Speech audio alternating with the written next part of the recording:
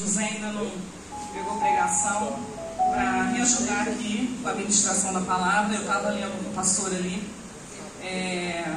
Tem um texto da palavra em 2 Reis que Eliseu pede um tangedor.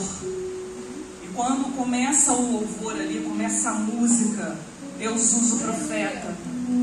Então a gente crê que o louvor inspira o profeta. Então por isso eu tenho pedido, Emanuel, que me abençoado, muito obrigado pelo seu trabalho. E por isso que está tendo louvor. Irmãos, antes de eu começar a mensagem, eu queria comentar sobre o retiro. Foi uma experiência pessoal. Os que estavam no retiro lembram disso. O pastor Fábio me convidou para ministrar uma palavra. A pastora Jenny tinha me convidado para ministrar uma palavra para as mulheres, específico para as mulheres. E o retiro foi segunda e terça, né? Se eu não me engano. Eu na época fiquei até confusa com roupa, mandei mensagem para Simone, porque de onde eu vi a gente não usava assim roupa mais leve, né? Então eu fiquei preocupada como é que eu podia ir lá vestir. Eu caí na sexta-feira e rompi o tendão do joelho. Os irmãos sabem que vira e mexe eu estou mancando, né? Processo. E aí eu mandei mensagem para ele e falei assim: pastor, eu não vou pregar, né? Como é que eu vou pregar? Vou para ir nessas condições e tal. Ele falou: não, você consegue. Eu achei que eu ia ser engessada, não precisou engessar. O médico mandou imobilizar, o ortopedista que me atendeu. E ele disse que aconteceu algo. Se tiver alguém aqui da área de saúde, depois me explica, porque eu não entendi. Ele disse para mim que o meu tendão rompeu por dentro e não rompeu por fora. O tendão ele é quase um fio de cabelo, então eu não consigo imaginar isso visivelmente. Eu sei que esse fato fez com que eu não precisasse engessar. E aí o meu marido, que é um homem de fé, ele disse para mim: nem que eu tenha que te carregar. Tem fé, né? Glória a Deus por essa fé toda. Mas você vai. Porque o diabo está fazendo de tudo para te parar. E nós fomos. Deus botou o Silvio no nosso caminho, porque, gente, cadê o Silvio? Nós erramos o caminho, e aí apareceu o anjo lá e falou: não é aqui não, é para cá, nós conseguimos chegar lá. Irmãos, foi algo divisor de águas nas nossas vidas. Não foi só porque eu caí, porque eu ministrei, não, mas eu fui muito ministrada naquele lugar. Então realmente é um ambiente diferente, porque é um momento que você decide ficar com Deus. Você decide: não, eu vou ficar 4 dias com Deus, de dondoca ou sem dondoca, mas você decide estar com Deus. Amém, queridos? A palavra de hoje, a gente chega no início do ano, a gente fica pensando: que palavra motivacional eu vou trazer para a igreja? Afinal de contas, nós estamos iniciando 2024, apesar de nós já estarmos passando do meio, mas ainda é janeiro. Mas aí, eu orando, falando com Deus, e Deus falou algo comigo que me chamou muito a atenção. A gente está sempre procurando novidades de vida, não é verdade? A gente sempre acha que algo novo vai ser melhor. Mas nós precisamos entender que a nossa novidade de vida, ela é diária. E por que ela é diária? Porque um dia Jesus nos resgatou. E nesse dia que nós tivemos um encontro com Ele, começou uma novidade de vida. Então o que nós precisamos, irmãos, para ter novidade de vida todo dia? É todo dia ter um encontro com Ele. É todo dia sentar e conversar com Ele. É todo dia ouvir o que Ele tem a dizer para as nossas vidas. E é por isso que nós vamos hoje falar um pouquinho de uma história muito conhecida, que é da mulher samaritana, ou a mulher que morava em Samaria. Nós vamos ler o capítulo 4 de João, apenas o verso 4. Mas vou comentar algumas partes do texto.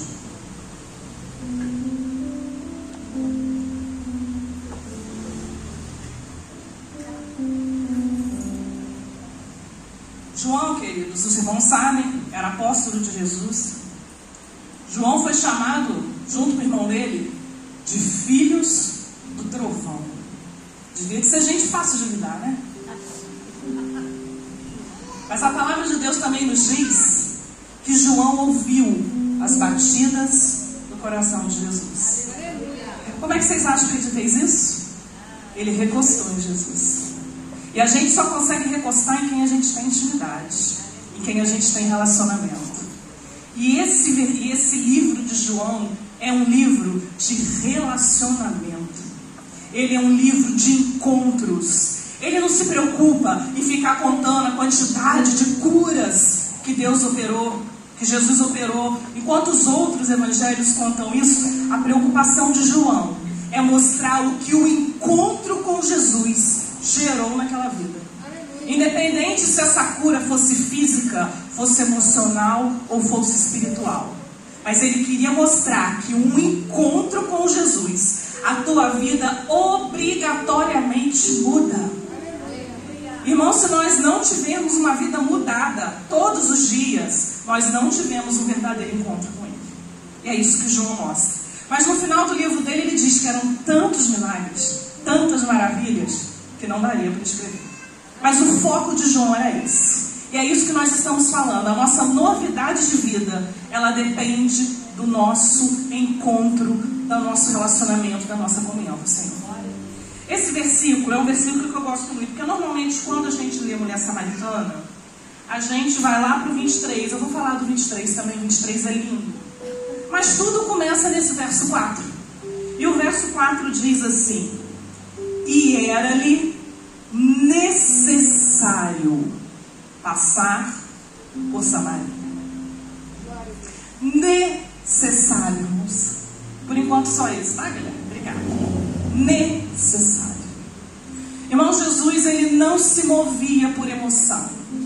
Ah, hoje eu estou com vontade de dar um abraço no meu amigo Lázaro, eu vou lá ver Lázaro. Não. Jesus se movia por propósitos. Jesus se movia profeticamente. Tudo que Jesus tomava de decisão estava na agenda dele. A palavra de Deus nos diz que ele virava a madrugada em oração com o Pai. Vocês conseguem imaginar algo do tipo? Jesus precisava orar com o Pai? Mas era ensinamento para nós. Antes de escolher os 12 discípulos, gente boa pra caramba, um deles inclusive o traiu, Jesus orou o Pai. Ele não decidiu pela emoção dele, não. Nossa, mas é tão bonito, é tão bonita, vou chamar para fazer parte. Não, ele tomou a decisão direcionada por Deus. Tudo que Jesus fazia era direcionado por Deus. Mas nós só conseguimos ter uma vida assim com relacionamento, com encontro. Então Jesus podia ter ido para vários lugares. Ele tinha um tempo de ministério. Ele podia decidir aonde ele ia. Mas as decisões dele dependiam do que o Pai dizia para ele.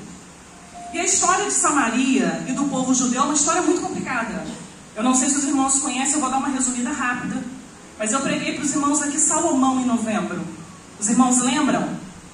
Se não lembra, que bom, posso repetir a mensagem da próxima vez. Então, preguei sobre Salomão. Depois de Salomão, houve uma racha no reino. Então uma parte se tornou Reino Norte e outra parte se tornou Reino Sul. O Reino Norte não teve bons reis. Os reis eram idólatras. E o grande problema do povo de Israel sempre foi a idolatria. Todas as vezes que o Senhor levantava profetas, o profeta dizia isso para o povo. Irmãos, nós temos uma visão muito limitada de idolatria. Porque a gente acha que idolatria é pegar um objeto e adorar esse objeto. É virar para esse objeto e achar que esse objeto vai fazer alguma coisa para você. Idolatria é muito mais amplo que isso. Tudo aquilo que você coloca na frente de Deus é idolatria, é o seu ídolo. Se o seu cônjuge, ele está na frente de Deus, ele é o seu ídolo. Se o seu filho é intocável, ninguém pode tocar no teu filho é o teu ídolo. O teu serviço pode ser o teu ídolo. A festinha da família pode ser o seu ídolo. Tudo aquilo que você decide colocar na frente, porque é decisão. Ah não, pastor, eu agi por emoção. Mas você decidiu? Emocionado ou não? Se você decidiu, você colocou na frente do Senhor, virou seu ídolo e é idolatria. Idolatria quebra relacionamento. Porque Deus é Deus único, de um único relacionamento, de uma única noiva. Nós somos a noiva de Cristo, não tem duas noivas. É uma única noiva. Então havia muita idolatria. E esse povo foi levado cativo pelos assírios. E com o tempo eles se misturaram. Eles estavam naquele ambiente, se casaram com pessoas que não eram das tribos e se misturaram. Então esse povo samaritano, esse povo de Samaria, era um povo misturado. contrapartida, os judeus tiveram reis bons, reis ruins. Mas teve um momento também que o povo pecou em idolatria. E foi levado cativo para a Babilônia. A história dos judeus, os irmãos conhecem melhor, porque tem Daniel, tem Nabucodonosor, são pessoas mais faladas. Mas depois de 70 anos a profecia cumpre, eles voltam. E eles voltam como judeus. Tinha problema no meio do povo? Tinha. Se os irmãos lerem lá Neemias, vão ver que Neemias mandou despachar as mulheres que não era do povo. Teve problema. Mas de uma maneira geral, os judeus se mantiveram mais puros, vamos dizer assim. Se misturaram menos. Então, para o judeu, o samaritano não era mais irmão dele. Era um primo. Existem igrejas evangélicas que você só é irmão se você for daquela denominação. Se você não for, você é primo. Então, os judeus achavam que os samaritanos não eram mais irmãos deles. Porque eram misturados. Eles odiavam os samaritanos. João é tão bonzinho que ele diz assim, porque eles não se davam. Não, eles não se davam, não, eles se odiavam. Judeu não passava dentro de Samaria, ele dava a volta, mas ele não entrava naquele lugar. Judeu não bebia da mesma garrafa de água, não era garrafa d'água na época, mas irmão entendeu? Não bebia que o outro samaritano tinha bebido. Se você partisse o pão com o samaritano, ele não fica com fome, morro de fome, mas não come um pedaço desse pão que você botou a mão. Era algo que é difícil até para nós entendermos. Por mais que esse mundo está muito difícil, mas é difícil nós entendermos porque eles eram família. Essa galera toda era filho de Jacó. E a idolatria entrou, os problemas entraram, as vontades humanas entraram. E deu essa problemada toda. E é exatamente nesse lugar que Jesus diz que era necessário ele ir. Porque Jesus vai chegar neste lugar e ele vai mudar aquele ambiente. Irmãos, quando Jesus faz algo nas nossas vidas, pastor Fábio fala, recebe, eu sei que espalha, como é que é? Recebe, celebra e compartilha. Isso, espalha, compartilha. Então, isso aí o pastor Fábio fala com frequência. Tudo aquilo que nós recebemos de Deus, se nós não compartilhamos, não tem sentido de ser. Jesus entra num lugar e ele fala com uma mulher. Mas quando a gente chega lá no final do capítulo, que já tem spoiler, os irmãos já sabem, tem uma cidade inteira de gente querendo conhecer esse Messias. Porque o testemunho daquela mulher invadiu o lugar. Ela teve um encontro com Jesus. Irmãos, isso tem que queimar dentro de nós. Se eu estou fazendo a minha unha, eu tenho que falar de Jesus com a manicure. Se eu estou tratando do cabelo, eu tenho que falar com a cabeleireira de Jesus, daquilo que ele fez na minha vida. Se eu estou numa fila de banco que o povo está lá reclamando, eu estou glorificando a Deus. Eu tenho um banco para ir. Eu detesto ir ao mercado, mas Deus me permite ir ao mercado. Então vamos lá, glória a Deus. Aonde nós estamos, nós precisamos dar testemunho do que Ele tem feito para nós. A Vitória está aí. Cadê a Vitória das Missões? É muito bonito a missão, gente. Eu acho lindo. Tenho dificuldades com isso, acho que não é meu chamado principal. Mas todos nós, de alguma forma, somos missionários, porque nós fomos levantados para isso. Então, se eu não vou sair daqui para ir lá para o Oriente evangelizar, eu evangelizo do lado da minha casa. Eu evangelizo na minha calçada. Eu evangelizo numa fila no hospital. Falar de Jesus tem que ser coisa simples, se você teve um encontro com Ele. E aí o texto diz que era-lhe necessário passar por Samaria. E Jesus tem todo um jeitinho para falar, né? Jesus é maravilhoso. Até para repreender, até para disciplinar, ele tem o jeitinho dele. E ele começa um diálogo com essa mulher. Ele está sentado, a Bíblia fala que ele estava cansado da viagem, ele senta do lado do poço, o poço de Jacó. Observe que o fato do poço ser o poço de Jacó já trazia uma proximidade. Nós somos irmãos, nós somos filhos do mesmo pai, a nossa herança é a mesma. Aquilo ali já era um ambiente geográfico propício para começar um diálogo. Essa mulher chega e Jesus aponta o dedo para ela e fala: você não é fácil não, hein? Foi assim que Jesus começou o diálogo? Não, queridos. Jesus vira para ela e fala assim: dá de beber.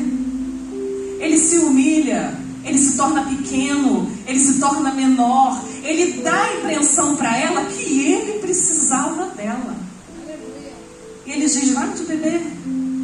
E ela fica muito assustada com aquilo, porque ela vira para ele, dentro da conversa, primeiro que, vamos entender que Jesus quebrou protocolos, correto? A mulher que chega ali, ela é mulher, ela é samaritana, e tinha a vida dela toda enrolada. Um monte de marido que estava com ela era dela, que hoje em dia é normal aí fora. Mas isso não é princípio de Deus para as nossas vidas, amém? A nossa vida é diferente. Nós somos diferentes e nos orgulhamos disso. É claro que o passado ficou para trás, tudo se fez novo. Mas a partir do momento que tudo se fez novo, é desde o princípio. Essa mulher não tinha tudo se fez novo na vida dela ainda. Ela vivia o passado. Então Jesus começa a quebrar esses protocolos. Porque naquela época, homem não conversava com mulher. Principalmente em público. Que absurdo um negócio desse. E não era qualquer mulher, era aquela mulher. Jesus, em momento nenhum, ficou preocupado se as pessoas iam passar e olhar e falar assim: nossa, conversando com aquela ali. Aliás, a gente vê isso o tempo todo nos evangelhos. Porque Jesus tinha um foco, tinha um propósito, era salvar vidas. Irmão, será que nós amamos suficientemente as vidas para que nós desejemos salvar essas vidas? Falar de Jesus? Porque tem que amar muito. A tendência nossa é escanear o ser humano, olhar e falar assim: não, pastora Geni, pastora não, né? Aquela ali eu vou falar de Jesus para ela. Mas aquele barbudo ali, ó, de cinza, ele tem a cara muito amarrada, eu vou falar de Jesus para ele não. A gente faz isso o tempo todo. Eu vou dar um exemplo prático para os irmãos. Sexta-feira teve um culto no Patrick. Lá em frente de casa, estava armando lá o batuque que está tendo aí nesse período aí. A hora que eu saí com ele, eu já saí preocupada. A hora que a gente voltar, isso aqui a gente vai conseguir entrar com o carro, porque já aconteceu isso lá. A gente não conseguia entrar na nossa casa por causa dessa muvuca. E na hora que eu entrei no carro e sentei, Deus me chamou a atenção para isso. Falou: qual foi o seu olhar para aquelas pessoas que estavam sentadas ali? É o olhar de desprezo, irmãos. É o olhar de: é ímpio. Esse aí nunca vai conhecer Jesus. Quem sou eu para escanear alguém? Quem sou eu para escanear alguém? E Deus me chamou a atenção nisso. Como eu já estava meditando nessa palavra, veio tudo junto. Era uma grande oportunidade para ter falado de Jesus e eu não falei. Porque eu escaneei e achei que não ia adiantar. Agora, se nós amamos as vidas, nós não deixamos a oportunidade passar. Foi o que Jesus fez. E Jesus chega e fala com uma mulher. Como eu disse, mulher naquela época, ela não servia nem de testemunha. Os irmãos sabem disso? Qualquer problema, 3 testemunhas, homens. E quando as pessoas dizem que Jesus era machista, eles realmente não conhecem a Bíblia. Porque um homem que pregava e Maria ficava aos pés dele, não se preocupava nem em servir um pãozinho, ela estava lá, ó. Ai, é Jesus que está falando. Não pode ser machista. Se tem alguém que empoderou as mulheres dentro do reino, dentro dos princípios, dentro daquilo que é a vontade de Deus, esse foi Jesus. Aonde mulheres financiavam o ministério dele. Aonde uma mulher como Maria de Magdala acompanhava ele. Não tinha o nome de discípulo, mas acompanhava ele e era discipulada por ele o tempo todo. Então Jesus amava e empoderava mulheres. Jesus amava e empoderava samaritanos. Jesus quebra o primeiro tabu, que ele era cultural. Ele fala com uma mulher. Jesus quebra o segundo tabu, racial. Porque ela vira para ele e fala assim: como você, homem, judeu, tem a audácia de dirigir a palavra a mim? Irmãos, a Bíblia não diz. Mas o que será que essa mulher imaginou quando ela estava indo para o poço?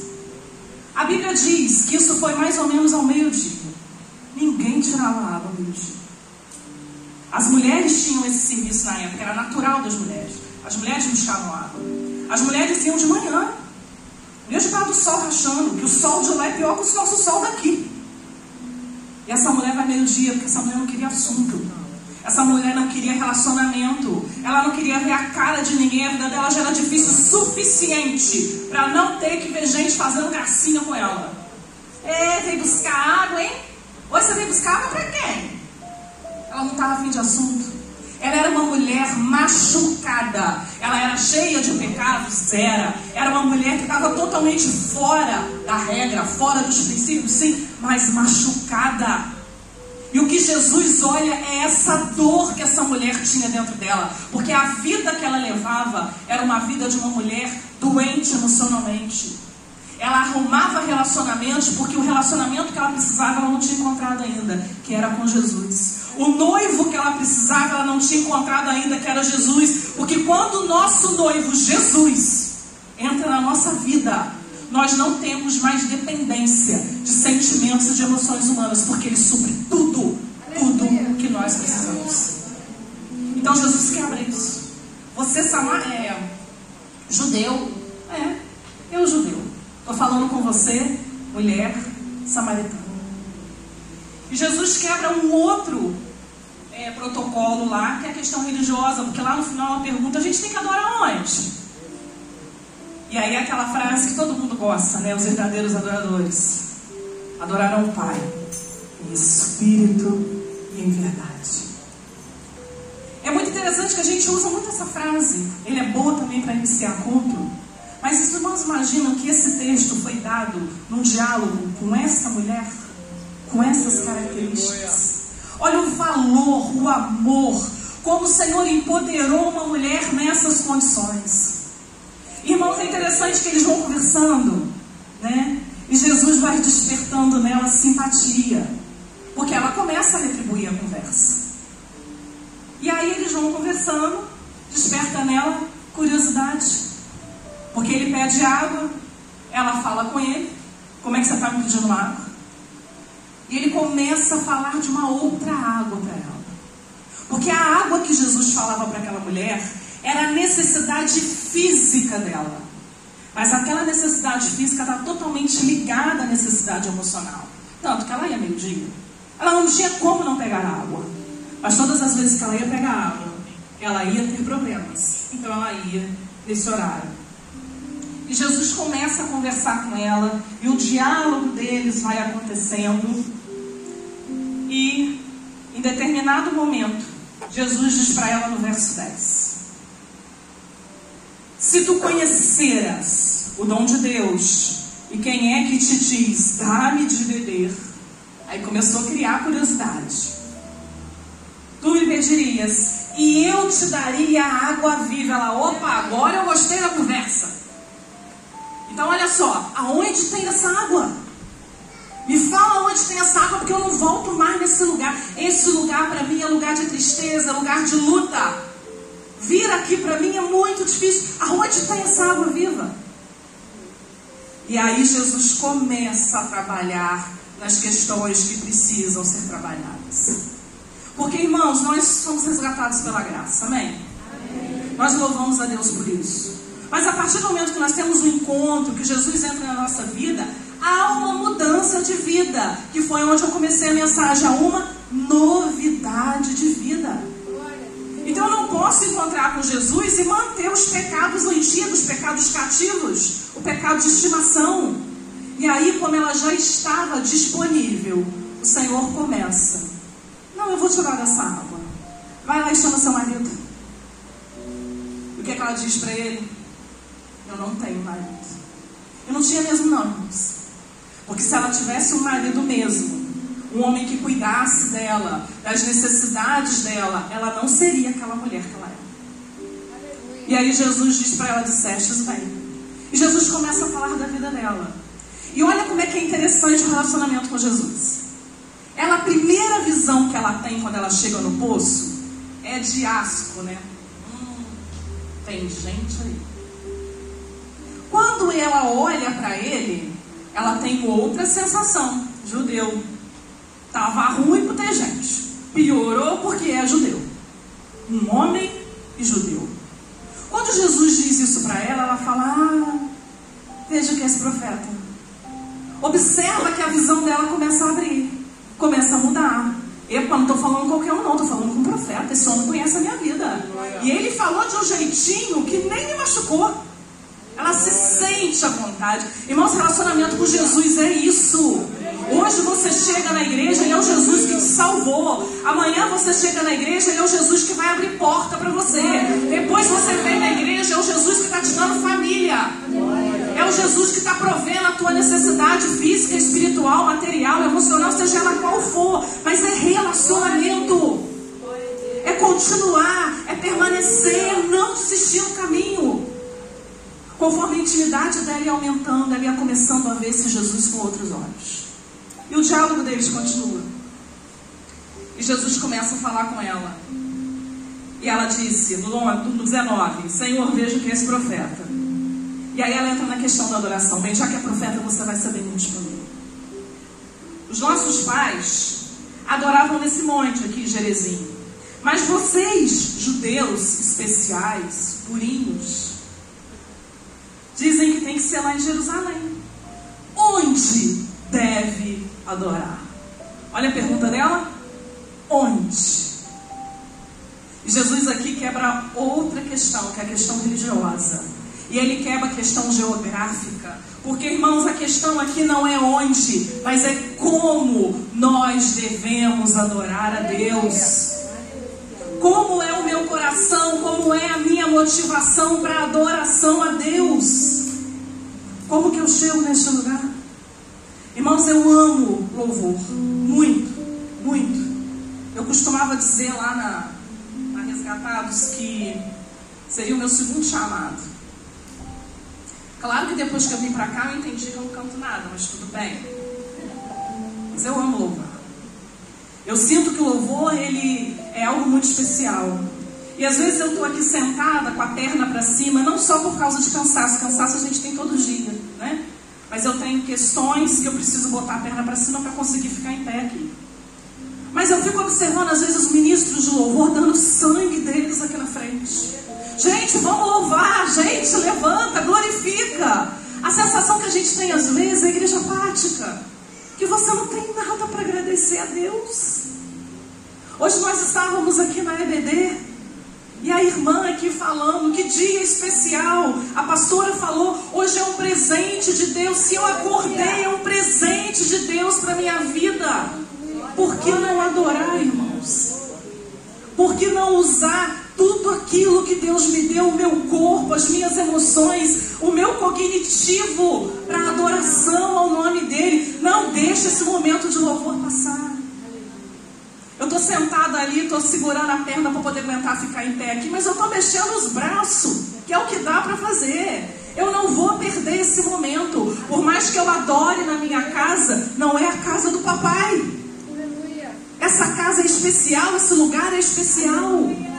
Esse ambiente é um ambiente diferente.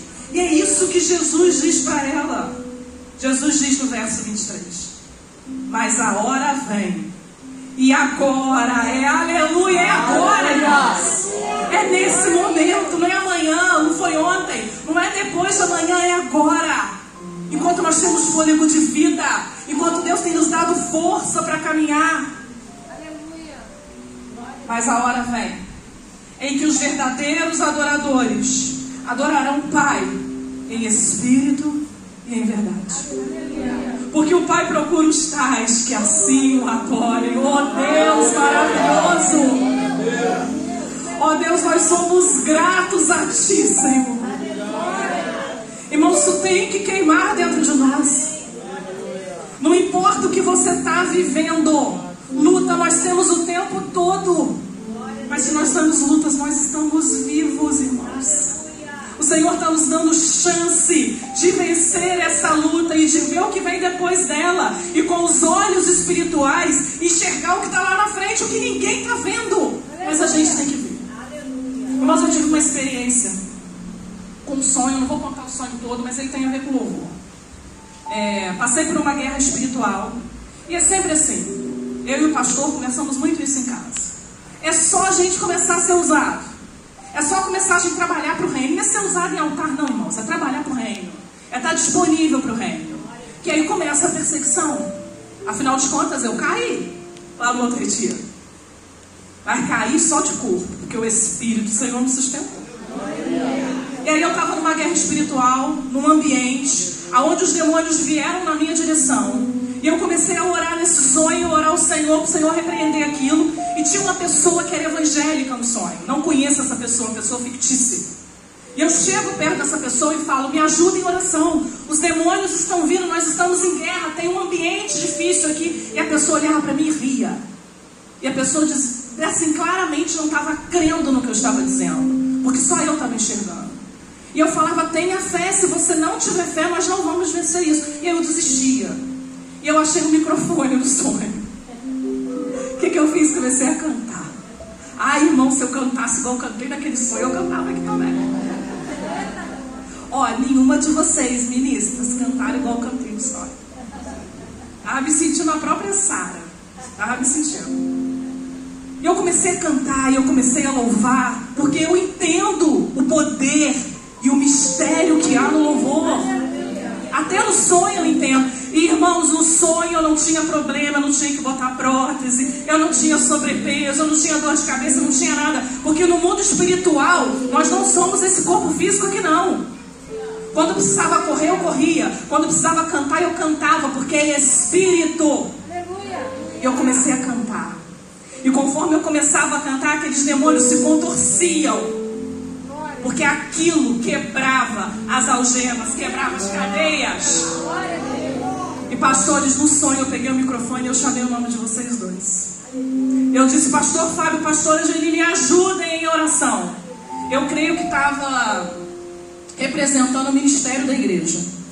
Eu, pastor Márcio, pastor Anderson e eles. E eles vieram no sonho, e eles ficaram do lado, e eles ficaram em oração. E eu falava, convoca os evangélicos desse lugar, nós estamos em guerra, nós precisamos orar. Mas, irmãos, eram poucos que queriam orar. Teve gente que chegou para mim no sonho e falou assim, só se você falar no microfone que eu vim aqui te ajudar. E eu acordei muito assustada com isso. Eu acordei e ele estava andando pelo quarto, orando, lendo Bíblia, não sei o que ele estava fazendo, eu estava dormindo. Mas eu acordei, ele olhou para mim assim, o que foi? Eu falei, estava em guerra espiritual. Irmãos, nós estamos numa guerra espiritual. E o Senhor está procurando os verdadeiros adoradores. Adore a Deus com a tua vida. Coloque a tua vida no altar dele. A gente não enxerga esse mundo com os olhos humanos, mas ele está acontecendo o tempo todo. E se nós não nos posicionarmos, se nós acharmos que isso é uma brincadeirinha, mas isso só aconteceu com a pastora. Meu querido, isso acontece com você o tempo todo. E às vezes você está insensível àquilo que está acontecendo à tua volta, como várias vezes eu tive insensível. Porque eu não sou diferente de vocês. Eu sou tão filha do Pai quanto vocês. Então eu estou contando essa experiência para os irmãos estarem atentos. Porque a verdadeira adoração é aquela adoração que vem de nós, da gratidão que nós temos a Deus. E essa mulher entende isso. A palavra de Deus não descreve que ela cantou, que ela saltou. Mas eu não consigo imaginar coisas diferentes. Porque qual é a primeira atitude desta mulher quando Jesus fala isso com ela? E ela entende que ele é o Messias. O relacionamento com Deus vai crescendo. O relacionamento com Jesus vai criando cada vez mais intimidade. E ela entende o propósito. É o Messias. Agora minha vida mudou. Eu encontrei o meu noivo. Aquele profetizado lá pelos profetas. Aquele que Moisés disse que viria. Eu encontrei o meu Messias. Eu encontrei aquele que vai mudar a minha vida. Irmãos, a primeira coisa que essa mulher faz é chutar o cântaro. Não está isso na Bíblia, não. Mas ela larga o cântaro para lá, quer saber desse negócio, mas não.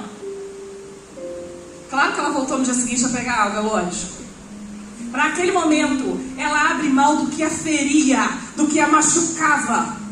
E ela sai correndo e ela vai para a cidade e fala: eu encontrei o Messias. Eu mesma, a mulher samaritana, aquela que você apontou o dedo, aquela que você disse que não tinha jeito, foi para mim que ele se revelou. Ele estava me esperando no poço. Eu cheguei e ele já estava ali. O que o pastor Márcio falou quando começou o culto? Quando eu cheguei aqui, o meu Senhor já estava. Aleluia. No meio da igreja, ele passeava. Irmãos, quando nós chegamos aqui, o Senhor já nos aguardava. O dia que Ele nos encontrou, Ele foi ao nosso encontro, Ele te pegou pela mão e Ele te trouxe para a presença dEle. E foi isso que ela falou. Irmãos, eu não sei como essa mulher falou, qual foi a eloquência dela, qual foram as palavras dessa mulher, porque essa mulher na época nem estudava. Como é que essa mulher conhecia de Messias? Como é que essa mulher tinha indagações religiosas? Eu sei que ela chega naquele lugar e o que estava dentro dela, porque agora tinha uma fonte de água viva que jorrava para a vida eterna. Aquilo transbordava, ela não conseguia segurar mais dentro dela. Porque quando nós estamos cheios, é assim, isso transborda. E eu falei isso aqui na vigília. E a gente não sai vazio quando a gente derrama aqui, a gente sai transbordando. E aqueles homens vieram atrás dela. Não, eu quero saber o que é isso. Quem é esse homem? E uma cidade inteira é evangelizada, porque o Senhor foi ao encontro de uma mulher. Queridos, quem é você nessa noite aqui na igreja? O que as pessoas dizem que você é? Ou o que disseram que você é? Agora, o que o Senhor diz a teu respeito? Se hoje você saiu da tua casa e você tomou a decisão de estar aqui hoje, é porque você queria ter um encontro verdadeiro com Ele. E Ele está aqui te esperando. Ele está aqui no poço, aonde você vai ter água que flui, que jorra para a vida eterna. E agora com essa água fluindo dentro de você, porque quem crê que está sendo enchido pelo Senhor agora? Aleluia, por isso. Porque nós não merecemos essa bênção, nós não merecemos essa sensação que só Ele nos dá. O que você vai fazer com essa água que está jorrando dentro de você? Comece janeiro diferente. Pegue essa água e dê para quem está sedento também. Fale daquilo que Ele fez, daquilo que Ele faz e daquilo que em nome de Jesus Ele fará na tua vida. E nós já cremos agora naquilo que o Senhor fará lá na frente das nossas vidas. Irmãos, o texto, ele encerra lá no verso 39. Põe aí para mim. É uma história linda. Aconselho os irmãos que leiam. Irmãos, tenham esse hábito. Quando o pregador pregar uma palavra aqui, chega em casa, se não der para fazer isso à noite, faz no outro dia, leia o texto inteiro. Você vai lembrar da ministração aqui, mas Deus vai ministrar muito mais coisas na tua vida, porque é o mesmo Pai, é o mesmo Espírito. Quando nós estamos aqui pregando, Ele está ministrando nas nossas vidas também. E depois nos conte aquilo que o Senhor ministrou. Testemunhe para a igreja aquilo que o Senhor ministrou na tua vida. Isso é importante para o nosso crescimento. E o verso 39 diz assim: e muitos dos samaritanos daquela cidade creram nele, pela palavra da mulher, que testificou e disse-lhe tudo quanto tenho feito. Verso 41. E muito mais. Não tem número aqui não, irmãos. Está igual em Atos, crescimento de igreja. Muitos creram. Aí o 41 diz, e muito mais. Porque aquela água que jorra, ela não acaba. Ela é infinita. Ela é para a vida eterna. Então aquilo está jorrando. E as pessoas estão ouvindo. E as pessoas estão testemunhando daquilo que aconteceu na vida daquela mulher, que aos olhos da sociedade não tinha jeito, aquela mulher estava perdida. E muito mais. Creram nele por causa da palavra dessa mulher. 42. E diziam à mulher: já não é pelo que você disse que nós cremos, mas porque nós mesmos o temos ouvido e sabemos que este é o verdadeiro Cristo, o Salvador do mundo. Aleluia! Oh Deus maravilhoso! Essa mulher mudou de vida, irmãos. Essa mulher, a coitada, a estranha, a errada, virou a missionária de Samaria. Por causa de um encontro de um homem que disse que era necessário passar em Samaria. Era necessário que você estivesse aqui hoje, porque Ele já estava aqui, nesse poço, da água que jorra para a vida eterna, te aguardando. Não perca essa oportunidade, não deixa isso passar. Nós temos grandes momentos aqui, daqui a pouco o pastor Fábio vai subir, não deixei ele subir. A gente sempre ora, fala, se você precisa de alguma coisa, venha ao altar, nós vamos orar pela tua vida. E às vezes a gente não sai do altar, é de graça, irmãos. É algo da eternidade que Deus está nos dando pela graça dEle. E quando nós começarmos a ser usados como esta mulher, as pessoas vão vir aqui. E eu creio nisso, irmãos. As pessoas vão vir aqui pelo nosso testemunho. Gente, mas você aguentou passar por isso e continuou glorificando a Deus? Continue. Você passou por este luto e você permanece, eu permaneço. Você está doente, não desistiu, não desisti. Aí eles vão vir aqui para entender por quê. Só que quando eles chegarem aqui nesta casa, neste ambiente geográfico, mas que é um ambiente espiritual, eles vão crer por aquilo que Deus vai ministrar na vida deles. E isso é para a nossa família, isso são para os nossos amigos, isso são para aqueles que estão próximos de nós, que o Senhor tem colocado todos os dias para a presença dEle, para o reino dEle. Irmãos, vamos ficar de pé. Eu estou encerrando aqui. Não abra mão disso, daquilo que Deus tem feito na tua vida. Ninguém melhor do que você para falar com quem está do teu lado. Porque eu posso falar, os pastores podem falar, mas você sabe quem o Senhor tem colocado próximo a você. Irmãos, não tem problema nenhum você virar e falar, Jesus te ama, Jesus te salva, Jesus cura as tuas feridas. Porque às vezes nós estamos muito preocupados com aquilo que é visível. Uma vez eu ouvi uma pessoa dizer para mim o seguinte, eu queria que depressão sangrasse. Alguém já ouviu isso? Porque às vezes você olha a pessoa não está bem emocionalmente, mas como não está sangrando, você acha que não é nada. Mas a pessoa está com dores, mas como aquilo não está visível, ela não tem nada. Mas o Senhor sabe qual é a sua dor. Essa dor que eu daqui de cima não consigo ver. Aleluia. Mas essa dor que dá dentro de você, de algo que você não colocou no altar, essa noite é a noite de você colocar no altar. Ele está aqui, te aguardando, para ter um encontro especial com você. Amém, queridos? Glória a Deus, pastor.